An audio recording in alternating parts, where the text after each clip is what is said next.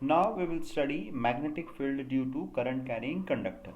अब तक हमने पढ़ा और वेरीफाई किया एक्टिविटी के थ्रू कि हाँ भाई, अगर कहीं पे किसी कंडक्टर के थ्रू करंट फ्लो कर रही है तो वहाँ पे मैग्नेटिक फील्ड भी होता है। अब हमें क्या करना है, ये भी हमने पता कर लिया कि उसकी मैग्नेटिक कंपास जो है हमारे पास, उस वो किस डायरेक्शन में डिफ्लेक्ट होता है, जिसे हम क्या बोलते हैं, स्नो रूल। ठीक है। अब ये उसी का डायग्राम बना हुआ है बेसिकली, बस कि अगर ये आपके पास पॉजिटिव साइड है तो करंट की डायरेक्शन ये होगी, और पॉजिटिव इधर है तो करंट की डायरेक्शन ये होगी।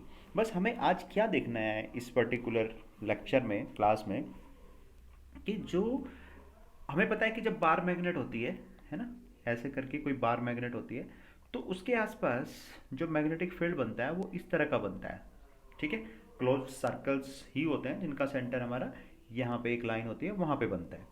ऐसे यहाँ पे है कि ये आपके पास एक कार्डबोर्ड बना हुआ है, कार्डबोर्ड के अंदर ये आपने थिक, मैंने आपको पहले ही बताया था कि ये आपका कंडक्टर है तो ये थिक होना चाहिए कनेक्टिंग वायर के कंपैरेटिवली। तो ये आपकी कन्वेंशनल करंट फ्लो हो रही है, ये आपकी मैग्नेटिक कंपास रखते हैं हम यहाँ पे, ऐसे मैग्नेटिक कंपास रख रख के हम ये लाइंस ड्रॉ करते हैं, and we will find that these are the circular line, circular curves. क्या है हमारे पास, ये मैग्नेटिक फील्ड लाइन सर्कुलर है, जिन सबका सेंटर कहाँ पे है, यहाँ सारी मैग्नेटिक फील्ड लाइन का। और ये आप देख सकते हैं जैसे जैसे दूर जाएंगे तो मैग्नेटिक फील्ड लाइन एक दूसरे से दूर होती चली जाती हैं। ठीक है।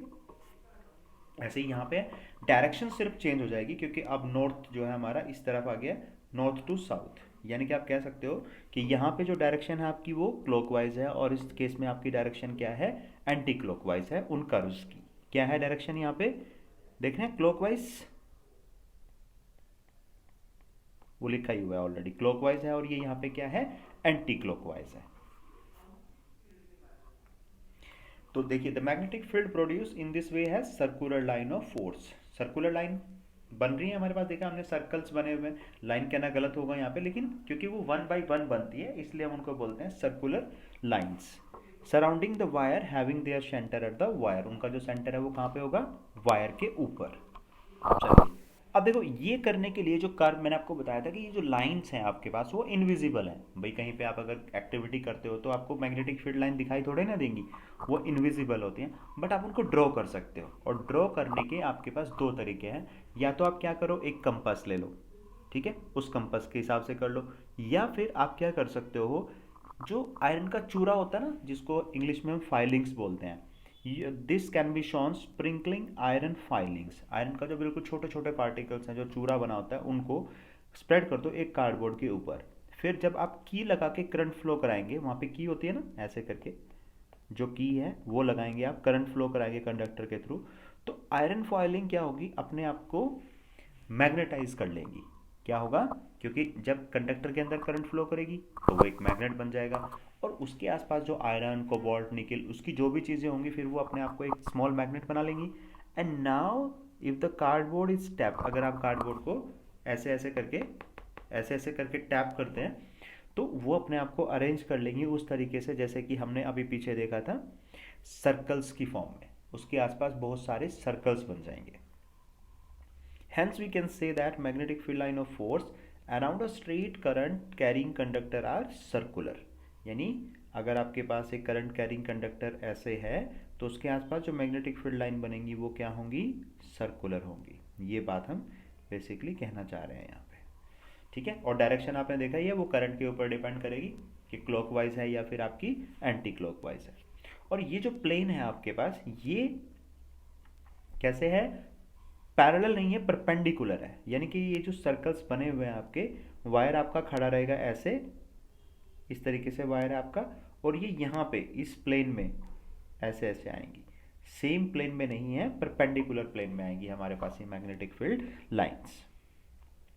हम देखते हैं कि इन मैग्नेटिक फील्ड लाइंस की, या जो मैग्नेटिक फील्ड बनेगा उसकी स्ट्रेंथ क्या है, उसको हम मैथमेटिकली कैसे एक्सप्रेस कर सकते हैं। देखिए, डायरेक्शन तो हमने बता दी, एरो से होगी। When current I flows through a straight conductor the magnetic field B at a distance, small distance r from it is given by this formula. B क्या है, ये मैग्नेटिक फील्ड स्ट्रेंथ को show करता है। देखो ये फॉर्मूला हमारे पास कहाँ से आया ये देखते हैं। डायरेक्ट जो मैग्नेटिक फील्ड है आपके पास, magnitude of magnetic field produced by straight conductor current carrying wire क्या है, वो डायरेक्टली प्रोपोर्शनल है to the quantity of current flowing.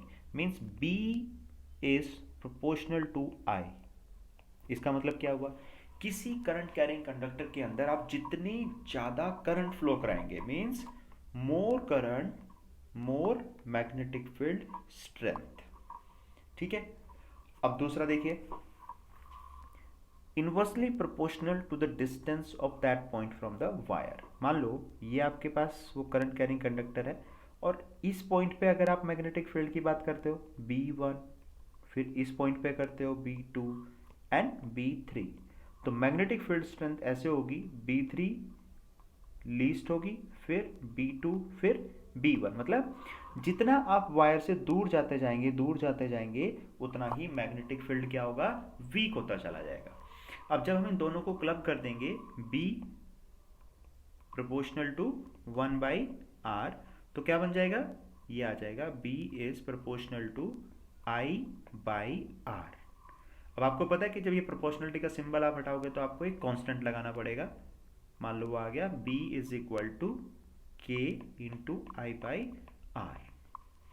और ये जो I है आपके पास I/r, तो K की अपनी एक वैल्यू होती है। K की वैल्यू क्या होती है, K is equal to mu naught upon 2 pi. Mu क्या है हमारे पास, ये एक सिंबल है जो मैग्नेटिक फील्ड की परमिबिलिटी को शो करता है। ये भी हम बाद में डिस्कस करेंगे, एक पैरामीटर होता है मैग्नेटिक फील्ड से रिलेटेड। और म्यू नॉट इसलिए लिखा है because this is permeability of vacuum, vacuum की परमिबिलिटी को शो करता है। और म्यू नॉट की जो वैल्यू होती है हमारे पास, दैट इज 4 पाई इंटू 10⁻⁻7 होती है।